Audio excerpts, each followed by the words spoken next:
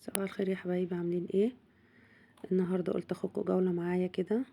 قلت اروح ازور ماما في التراب وكده.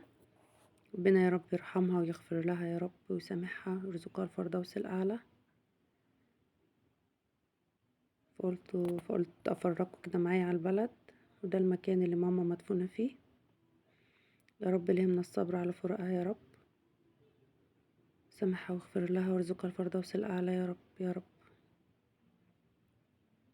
ربنا يرحمها، ربنا يرحمها.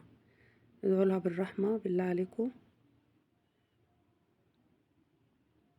ودي البلد. طبعا انا ما كنتش قادرة اصور بصراحة، في اماكن جميلة جدا بس ما دخلتش بصراحة البلد. بس قعدنا شوية وبعد كده رجعنا يعني.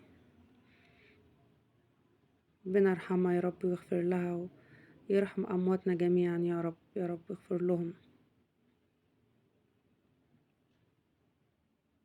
سامحهم يا رب. بالله عليكم ترحموا عليها وارزقها الفردوس الاعلى يا رب يا رب، والهمنا الصبر على فراقها.